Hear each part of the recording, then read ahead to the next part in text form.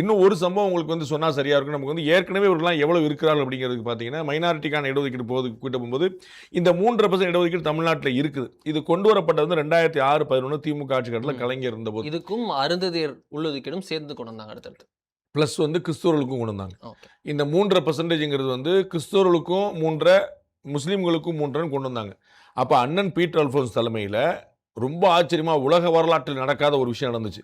எங்களுக்கு இடஒதுக்கீடு வேண்டாம் அப்படின்னு கிறிஸ்தவர்கள் சொன்னாங்க. இடஒதுக்கீடு வந்து மத ரீதியான சட்டவிரோதங்கிறது அரசமைப்பு விரோதங்கிறது அந்த பக்கம். எங்களுக்கு வேண்டாம் அப்படின்னாங்க.